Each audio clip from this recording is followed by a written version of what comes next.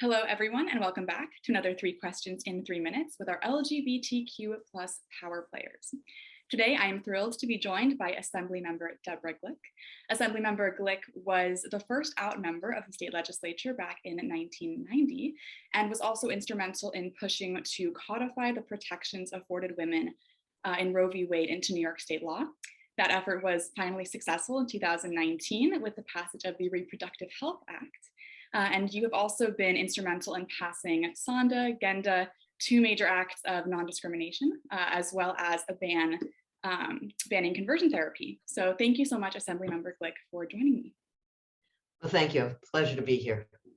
So your track record on civil rights and equality is very impressive, but clearly the fight is not over. So what is your response, both professionally and personally, to some of the attempts that we see taking place throughout the country to roll back or regress on civil rights? Well, I think that the legislature in general has been very active in passing a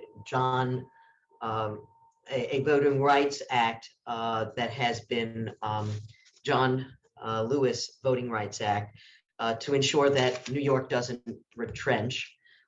We have ensured that people who are transgender will have a transgender wellness and equity fund that we will support.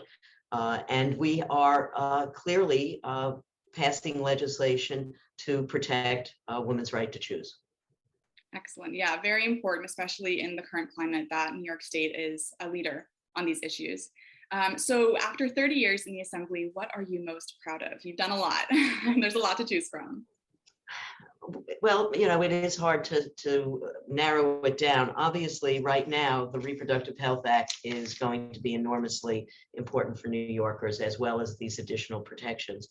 But I also, as chair of higher ed, helped pass the DREAM Act, which provided state support, access to state support for undocumented students going to college. And that I teared up when we finally passed that. Wow, yeah, that's incredible. I can definitely see why you got emotional about that. So what kind of advice would you give to young people who are thinking about getting into politics?